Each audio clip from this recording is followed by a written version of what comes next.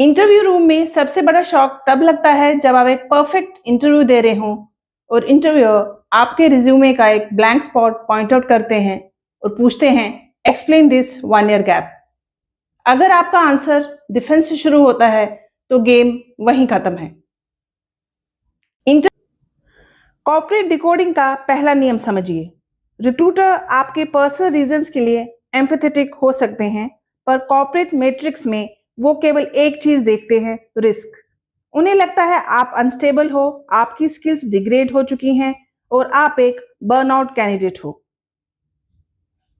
अगले 2 मिनट में हम इस वीक डिफेंस को एक पावरफुल ऑपरेशनल एसेट में बदल देंगे। मैं आपको देने जा रही हूं एक ऐसा एग्जैक्ट स्पोकन स्क्रिप्ट जो उनके डर को जीरो कर देगा। वेलकम टू वर्जिटेज, जहां हम मोटिवेशन नहीं, कॉर्पोरेट रियलिटी डिकोड करते हैं। पहले इस हायरिंग साइकोलॉजी को डायग्राम से समझिए। जब कॉर्पोरेट मैनेजर्स इंटरव्यू लेते हैं, उनके पास एक रिस्क मैट्रिक्स होता है। एवरेज कैंडिडेट्स जब रिज्यूमे गैप को डिफेंड करते हैं तो वो इस हाई रिस्क लो ट्रस्ट क्वाड्रेंट में फंस जाते हैं। आपको उन्हें कन्विंस नहीं करना है, आपको उनके परसीव्ड रिस्क को ऑप्टिमाइज करना है।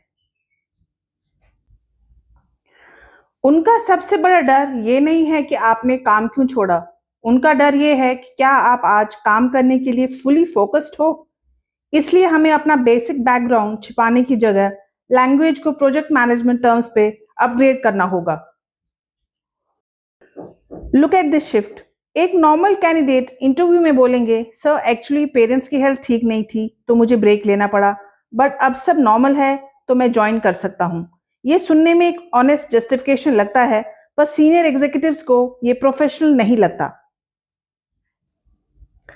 अब इस सेम सिचुएशन को कॉर्पोरेट वोकैबुलरी में बदलिए। Speak this exact verbal template, note down the phrases.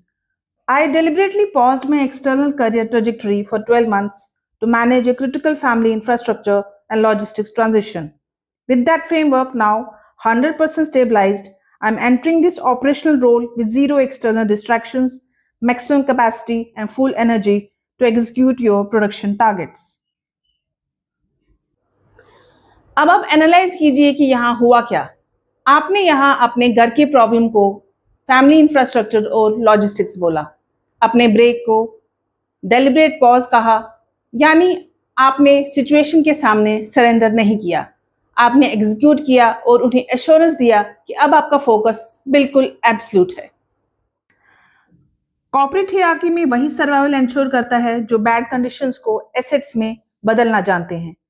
Stop apologizing for your timeline. Frame your gap as a strategic choice, not an accident.